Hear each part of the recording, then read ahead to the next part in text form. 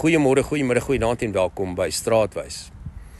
Het jy al opgelet hoe baie mense se gesprekke begin met goeie soos my probleem is of askies?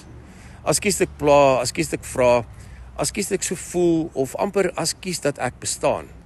Dit is amper asof baie mense vandag deur die lewe loop met 'n konstante gevoel dat hulle nie genoeg is nie. En as 'n mens mooi daaroor dink, dan maak dit eintlik sin.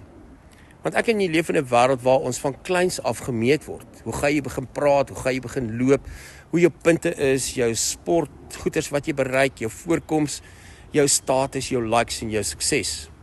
En die snaakse ding is, maak nie saak hoe goed jy doen nie, die doelpale skuif altyd net verder. Ek onthou nog in my dae as makelaar by Liberty, en elke jaar kry jy nuwe targets, groter targets, hoër targets. En jy dink, net vir eens hierdie jaar wil ek voel asof ek dit gemaak het. Maar dan kom volgende jaar en die targets skuif net weer. En dis nie net 'n besigheid nie, dis die lewe. Jy verloor gewig, maar nou moet jy nog beter lyk. Jy bereik iets, maar nou moet jy nog meer bereik. Jy koop 'n huis en nou begin jy skielik dink aan en dit vergelyk met iemand anders se huis. Dis amper asof die wêreld nooit op 'n punt kom waar dit klaar vir jou hande klap nie. Daar is nog altyd nog 'n berg om te klim. En hoor mooi, deel daarvan is nie verkeerd nie.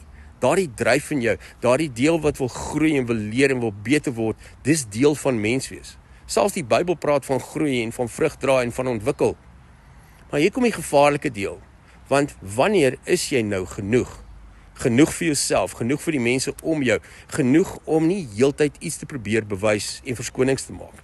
Want baie mense leef hulle hele lewens soos iemand wat dors is en soutwater drink. Hoe meer erkenning jy kry, hoe meer jy drink, hoe dorser word jy, hoe meer soek jy dit. Hoe meer jy probeer bewys jy is genoeg, hoe minder voel jy dit.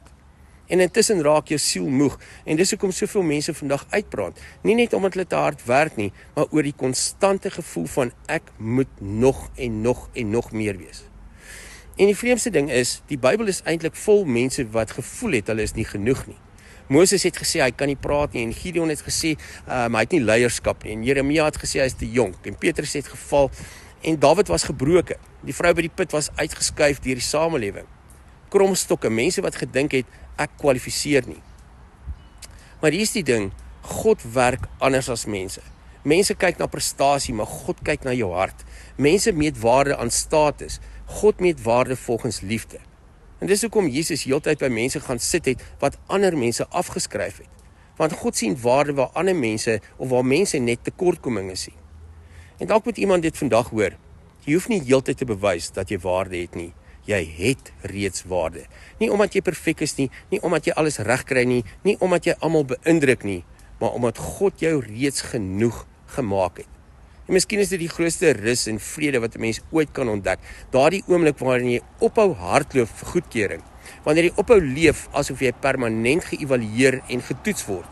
Wanneer jy net eenvoudig op 'n punt kom waar jy kan asemhaal en besef, ek is genoeg, ek was nog altyd genoeg.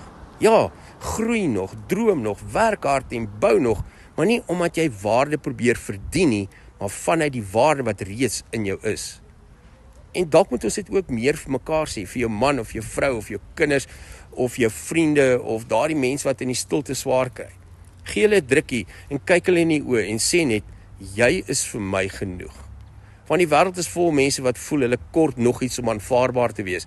En dalk kan daardie een sin, daai een drukkie, daai een oomblik van liefde iemand se hele dag en lewe verander.